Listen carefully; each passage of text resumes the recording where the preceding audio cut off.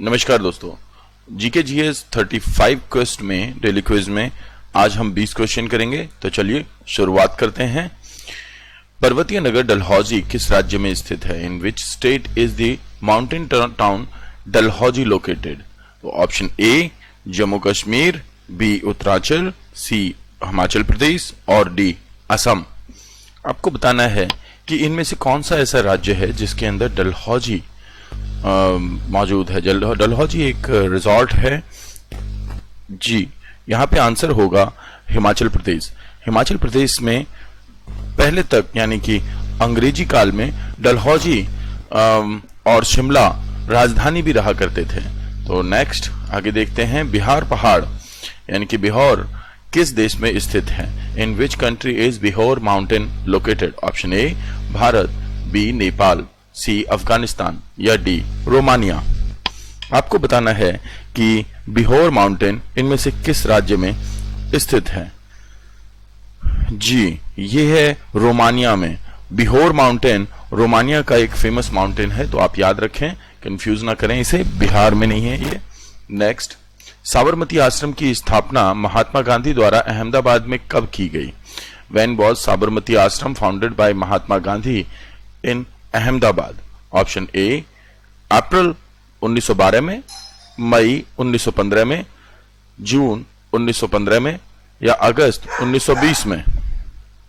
महात्मा गांधी ने भारत आने के बाद में यहां पे साबरमती आश्रम की स्थापना की थी। तो आपको यह बताना है कि ये आश्रम, ये आंसर होगा इसका मई 1915 में जब गांधी भारत आए तो उन्होंने अहमदाबाद में सत्याग्रह आश्रम बनाया था।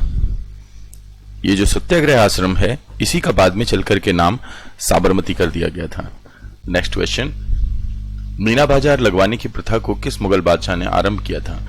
Which Mughal emperor started the practice of setting up Meena Bazaar? Option A Humayun, B Jahangir, C Akbar या डी शाहजहां। आपको बताना है कि फेमस मीना बाजार जो लाल किले के सामने लगाया जाता था वो किसके काल में लगना चालू हुआ था? तो यहाँ पे आंसर होगा इस क्वेश्चन का अकबर। हालांकि मैं आपको बता दूं कि फर्स्ट टाइम जो मीना बाजार लगाया गया था वो हुमायूं के काल में लगाया गया था। ये यहाँ पे लेकिन पूछ रहे हैं मीना बाजार लगवाने की प्रथा, तो एक सिस्टम के रूप में, एक स्ट्रक्चर के रूप में इस प्रकार के मेले को लगाने की जो प्रथा थी वो चालू हुई थी अकबर के काल में, लेकिन जो सबसे पहली बार मीना बाजार लगा था वो हुमायूं के काल में लगा था। तो आपको क्वेश्चन को ठीक से पढ़ना होगा। नेक्स्ट क्वेश्चन, किस गुप्त शासक को मुद्राओं पर वीणा बजाते हुए दिखाया गया है? Which Gupta ruler is depicted playing the harp on the postures on the coins? Option A Kumaragupta, B Chandragupta द्वितीय, सी समुद्रगुप्त या डी रामगुप्त। तो देखते हैं यहाँ पे वीणा वादक प्रकार के सिक्के होते हैं, याद रखिएगा। इन सिक्कों को क्या कहा जाता था? वीणा वादक प्रकार के सिक्के। ये समुद्रगुप्त के हैं, जिन्हें कि विंसेंट आर्थर स्मिथ ने भारत का नेपोलियन भी कहा है।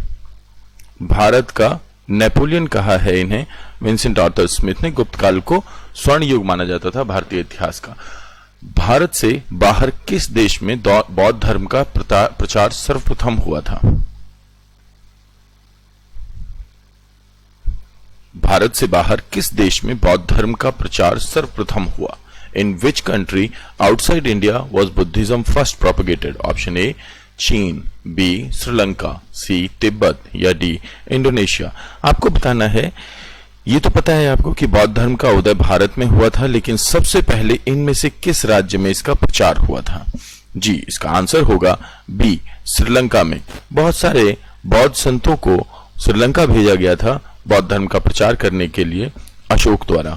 नेक्स्ट, वर्तमान लोकसभा की सीटों का निर्धारण किस वर्ष की जनगणना पर किया जाता है? Determination of seats in the current Lok Sabha is based on which year census? Option A 1951, B 1961, 1971 या डी 1981। देखिए, होता यह है कि हमारी लोकसभा में, राज्यसभा में और इसके अलावा विधायकों की संख्या में या राष्ट्रपति के चुनाव में एक डेट को फिक्स किया गया है। 1971 के सेंसस के अनुसार 2026 तक इलेक्शंस होंगे। यानी कि जनसंख्या का जो निर्धारण किया जाता है वो जनसंख्या 1971 की चलेगी। उसका कारण ये है कि कहीं ऐसा ना हो कि हम अपनी भूमिका को ज्यादा करने के लिए लोकसभा या राज्यसभा या विधानसभाओं के चुनाव में हम कहीं अपने राज्य की जनसंख्या को ना बढ़ाने लगे, अगर जनसंख्या का आधार अगर बार बार चेंज हुआ तो इसलिए इस तरीके से इस पे रोक लगाई गई है। तो 1971 का सेंसस आप याद रखेंगे। नेक्स्ट क्वेश्चन, मनुष्य रक्त के लिए आवश्यक ताप ऊर्जा कहां से प्राप्त होती है? Where is the thermal energy gained required from the human blood? Option A respiratory यानी श्वसन से, बी मैनुअल लेबर यानी शारीरिक श्रम से, सी सनलाइट से, या फिर डी गर्म खाना खाने से। तो आपको बताना है कि जो ह्यूमन ब्लड होता है वो बहुत हॉट होता है, तो ये हॉटनेस आती कहां से है? जी, ये रेस्पिरेटरी सिस्टम से आती है। दिए गए ऑप्शंस में से यही होगा।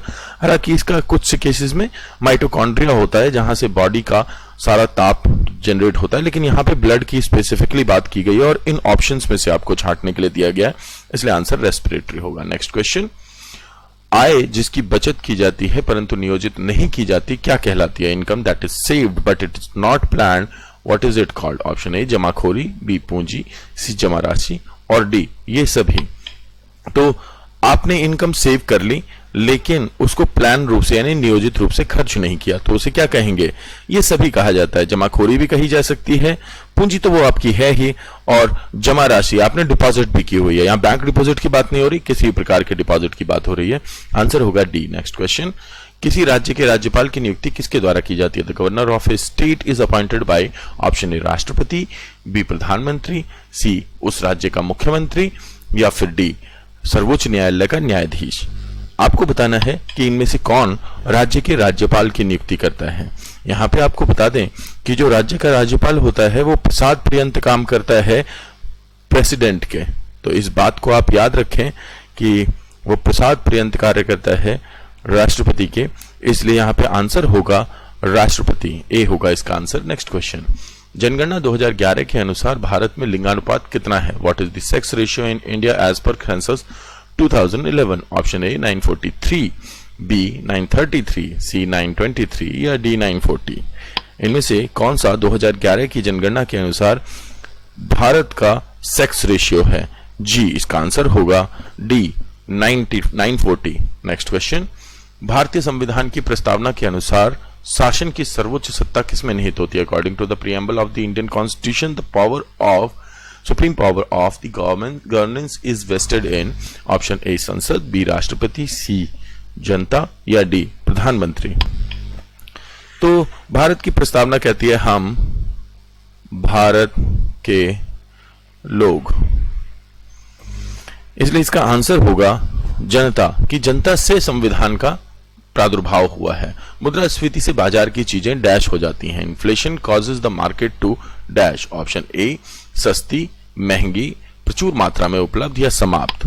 आपको बताना है कि इन्फ्लेशन यानी कि मुद्रास्फीति से क्या होता है। मैं आपको दूसरा नाम बता दूं, मुद्रास्फीति का दूसरा नाम होता है महंगाई। चीजें महंगी हो जाती हैं और मुद्रा का मूल्य कम हो जाता है, यानी आपकी खरीद सकने की क्षमता कम हो जाती है। जो पहले आपको 50 रुपए में 1 किलो प्याज मिल जाते थे, वो अब हो सकता है कि 50 रुपए में आधी किलो प्याज मिलेंगे, यानी आपके पास जो मुद्रा है उसका मूल्य कम हो जाता है। नेक्स्ट, जम्मू कश्मीर में हिम शिवलिंग के दर्शन से किसका संबंध है? Who is associated with the philosophy of snow Shivling in Jammu and Kashmir? Option A रथ यात्रा, बी अमरनाथ यात्रा, सी कैलाश मानसरोवर यात्रा या डी गंगोत्री यात्रा।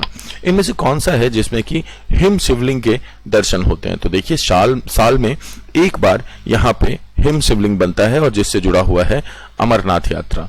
नेक्स्ट क्वेश्चन, घासीराम कोतवाल की रचना किसने की थी? हुज कंपोजिशन इज घासीराम कोतवाल? ए प्रिया तेंदुलकर, सचिन तेंदुलकर, गुरु घासीदास या विजय तेंदुलकर। आपको बताना है कि फेमस बुक ऑफ प्ले, जो कि एक प्ले भी है, उसकी रचना विजय तेंदुलकर ने की थी, तो it's important. Next, Raja Ramanna centre for advance technology कहां स्थित है?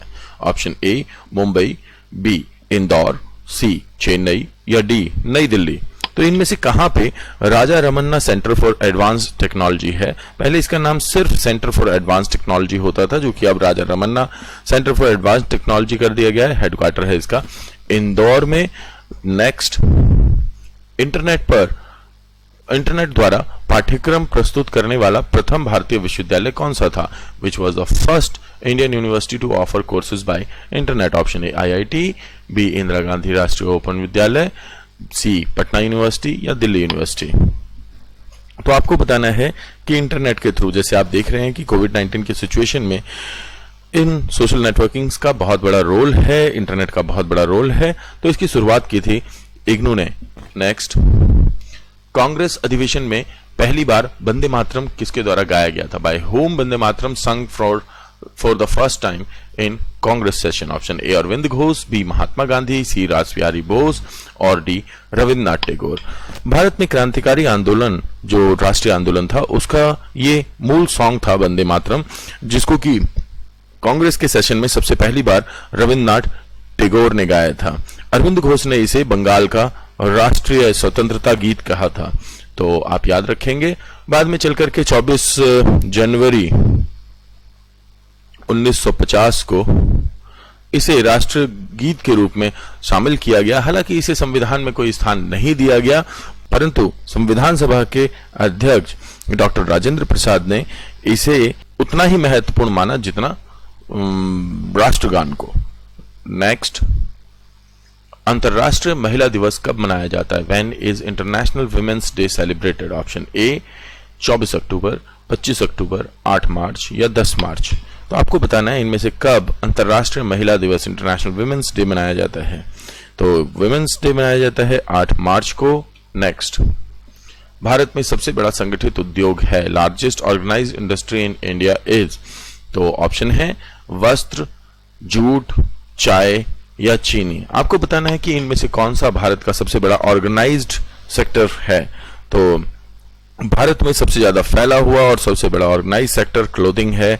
तो आप इसको ध्यान रखेंगे। कॉटन इंडस्ट्री में हमारा बहुत अच्छा खासा नाम है। आशा करता हूं कि आपको कुछ सीखने के लिए मिला होगा। Thank you so much.